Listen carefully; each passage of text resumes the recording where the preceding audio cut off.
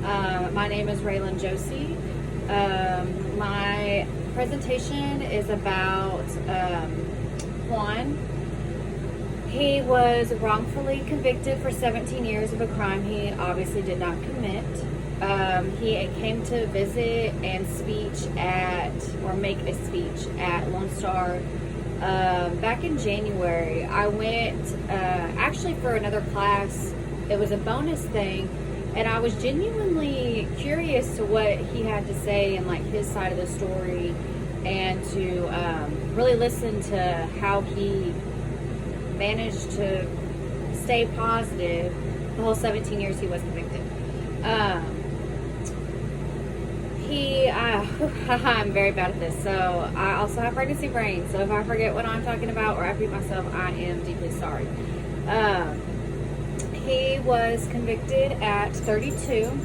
Well, let's just go ahead and get started with it before I get into all the details. I know you can't see it. Sorry. His full name is Juan Roberto Melendez-Colon. I mean, I'm sure you say that better than I can. Some of you can. He was wrongfully convicted for 17 years. Like I said, he came to Lone Star to speak back in January of actually this year, literally like, a month and a half before we got put into lockdown. He actually was convicted in Florida under Florida law, and he had to stay there on death row and stuff like that. He was convicted at 32. He was released at 49, almost 50. He literally kept a tally mark of the years, months, days, time, hours, and he says that in his YouTube. He actually has a YouTube. The YouTube video that is posted is actually the one that he was at Lone Star speaking of. So that was pretty cool. You can actually see the Lone Star students in the background. I'm sorry, I put my hands on my stomach a lot, so I'm sorry.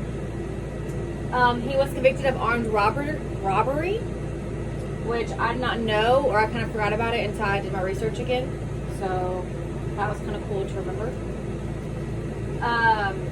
Looks and being perceived wrong. He was accused by someone who did not like him and had something out, had an out to give him. He wanted him to get in trouble over him just because he simply did not like him, which I thought was crazy. It blew my mind. And the fact that it actually worked, even, again, blows my mind. There was no DNA evidence at all. There was, he even had an alibi. The person that convicted him actually had DNA there, and, but he made a plea with the law enforcement saying that, I forgot all exactly that it said, but basically he made a plea saying that he was going to make the other guy guilty, make him go to jail, and that he would take the rap for something else so that they could get it, I don't know, taken care of. Crazy. How it even work?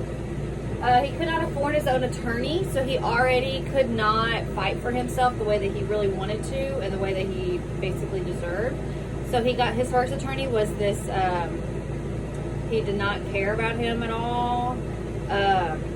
He didn't care to fight for him. He didn't even believe that he really didn't commit the crime. He thought that he was lying the whole time. So he basically just gave up on fighting for him. And that's how he got convicted in the first place.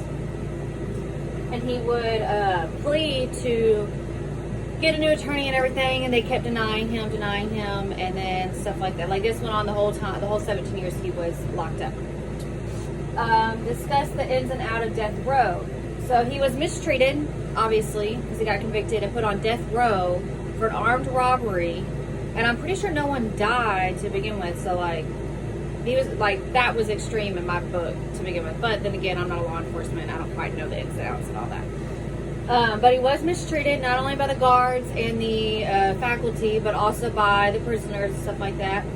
He's probably as tall as I am, 5'3". He's short, itty-bitty, little old man. He was racially profiled because he was Hispanic. I'm not sure what type of Hispanic, to be honest with you. I just know that he was Hispanic. He was racially profiled by everyone there, so that's what made him get mistreated and all that, which is stupid. Sorry. His mental health, he stayed positive the first couple years. Like he said that he, like, you know, he fought really hard and everything. And then when everybody just kept saying that he did it and whatnot, he basically started to believe them. And then he got super sad and super depressed because no one would believe him. And he basically actually, like I said, he began to actually believe he committed the crime. And he fought to remain hopeful, but he also tried to commit suicide. I believe that he attempted or almost attempted twice. And he says that in the interview, the YouTube video speech thing that he did whenever he came. He kept fighting until the end to prove his innocence, even though he did almost succumb to the suicide. He still remained hopeful and everything and kept up with it. And then he chooses life and freedom, and he chooses now to tell his story and dedicate his life to helping others.